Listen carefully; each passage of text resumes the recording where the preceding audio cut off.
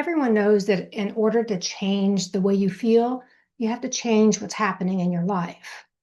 But sometimes you can change the way you feel without changing what's happening in your life at all. So, what would happen if I gave you 5 minutes to test it for yourself?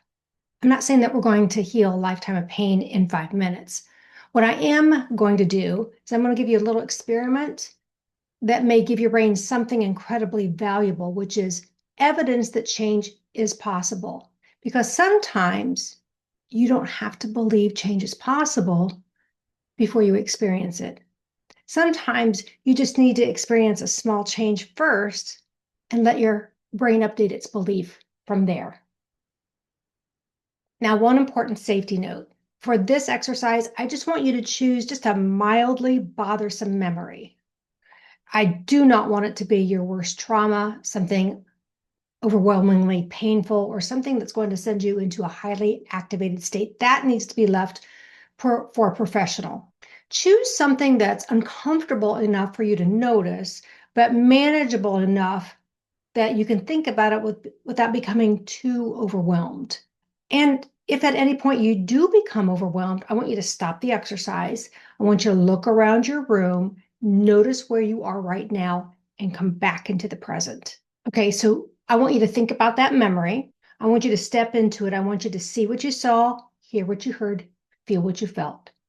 And from 0 to 10, how intense is it? You know the event is not happening right now logically, but simply thinking about something that happened in the past can produce a response in your body right now, because the body always follows the mind. Before we start this exercise, just know that you might need to pause this video in order for your mind to process the instructions that I'm giving it. So please feel free to do that at any point.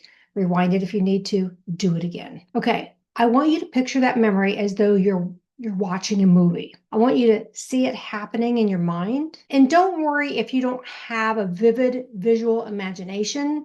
Just get whatever representation comes naturally to you. Now I want you to imagine a rewind button. Press that button and rewind that whole movie backward, but at twice the normal speed. Watch everything happening in your memory and watch it happening in reverse. Might be people walking backwards, movements undoing themselves, the whole memory traveling backward. And let that rewind all the way back to the very beginning. And when you get there, stop. And if you need to pause this video to do that again, please do, and then come back. Now, once you're at the beginning, I want you to press the play button. Let that memory play forward normally all the way to the end. Once you do that, step back into that memory and check the intensity level.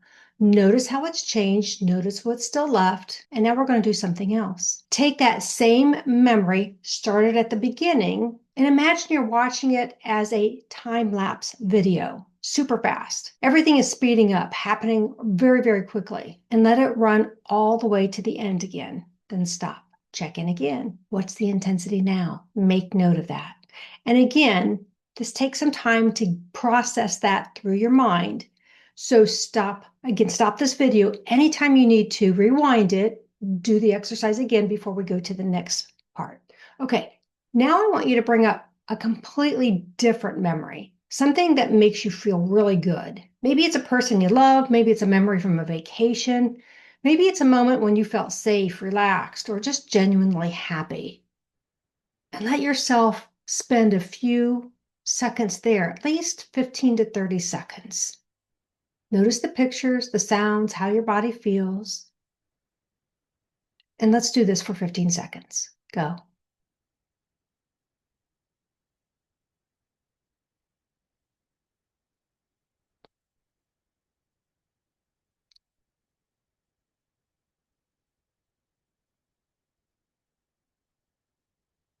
Okay, come back to me. Go to that original memory. What is the intensity number now? And let's think about what you just did in that exercise. The original memory didn't change. You didn't go back in time and dissolve it. That memory is still there. But you changed the way your brain was representing that memory. You changed the speed, the sequence, the context. And maybe you change the feeling. That's important because if the intensity level can move, that means it's not permanent or that you're stuck. Now you might be thinking, Cindy, I don't see pictures very well. And that's okay. I have clients that say I'm not visual. I cannot see things in my mind. And that's okay because your brain doesn't communicate only through pictures. For some people, sound is much more powerful, and that's what they remember. If that's you, let's try an auditory experiment. So again, pause the video when you need to, but bring that same mildly bothersome memory back or change it if you want to. If there's something else that maybe has more of an auditory component to it, think of that one. So step into it, see what you saw, hear what you heard, feel what you felt, and again, rate the intensity of that memory. Pay attention to all the sounds inside that memory. Just notice them. Could be a tone of voice, could be a loud, jarring sound, whatever it is for you. Now, I want you just to imagine that there's a volume knob in front of you and slowly turn it down. Turn it down some more and down until those sounds are barely a whisper. Now come back and reassess the intensity of that memory now. Did it shift? Now, let's turn the volume back up. But this time, I want you to distort the sound. Imagine the voice sounding like an old radio with that static, crackling, breaking up. Or imagine the voice sounding like it's coming from underwater. Or make it ridiculously high-pitched. Focus on that, then come back and check in with that original memory. What's the intensity now? Did it move? But we have one more step. What I want you to do now is I want you to mute it, completely silence it, nothing. And when you achieve that, I now want you to bring in a soothing sound to you. Maybe it's hearing ocean waves or birds singing, or maybe some light rain falling, whatever feels calming to you. And let's just sit there with that sound for 15 seconds. Go.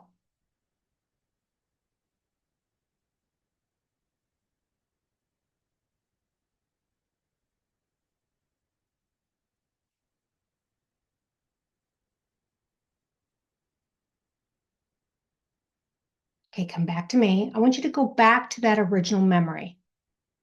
But this time, just experience it in complete silence. Reassess the intensity.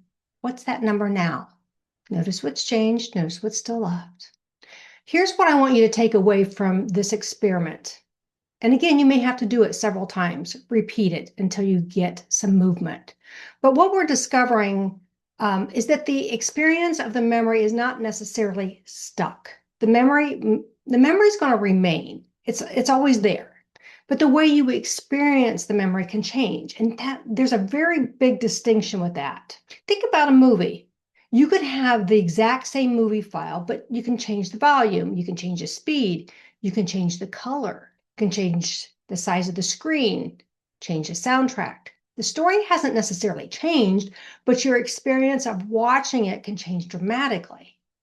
Your internal experiences can work in surprisingly similar ways. And that matters because sometimes we mistake a familiar response for a permanent identity. Sometimes I hear people say, I've always had anxiety. I'm just an angry person. Or I'm just overly sensitive. Or maybe I'm just somebody who can't let things go. But what if some of what you're calling your personality is actually a persistent physiological habit? Your nervous system learned a response. And what is learned can be unlearned and updated. So when I hear people say, it's just who I am, I understand why. If you've responded the same way for 10, 20, 30, 40 years, of course it feels like you. But familiar does not mean permanent. And that's a distinction I want you to remember. Something can be incredibly familiar and still be changeable.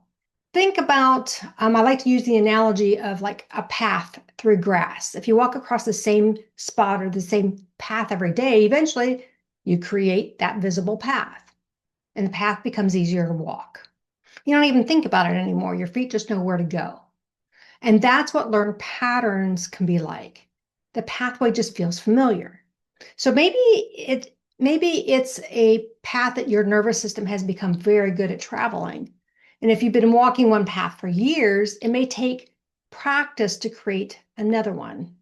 And that's neural rewiring, but you can start. And this is why I love the idea of a micro win. You're not going to completely transform your life in 5 minutes. That's not realistic. But what I am asking you to notice is whether you can create just one little movement, maybe from an 8 to a 6. Maybe you went from a 5 to a 3, or maybe it was just a 10 to a 9. Or maybe you just simply noticed that this memory somehow felt different.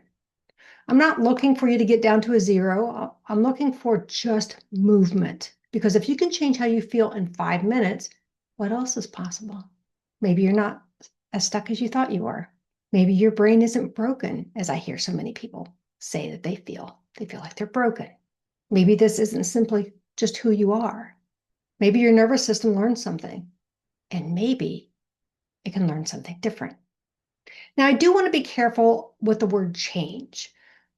I'm not saying you can't erase what happened to you. I'm not saying painful things didn't matter. And I'm not saying everyone can resolve deep pain with just a 5-minute exercise. But what I am saying is much more hopeful. The response you've had to a memory may not be permanent. And if you created even a small shift right now, even a point or two on that scale, you've learned something incredibly valuable. You have evidence, your own evidence. And often that's all it takes to open the door.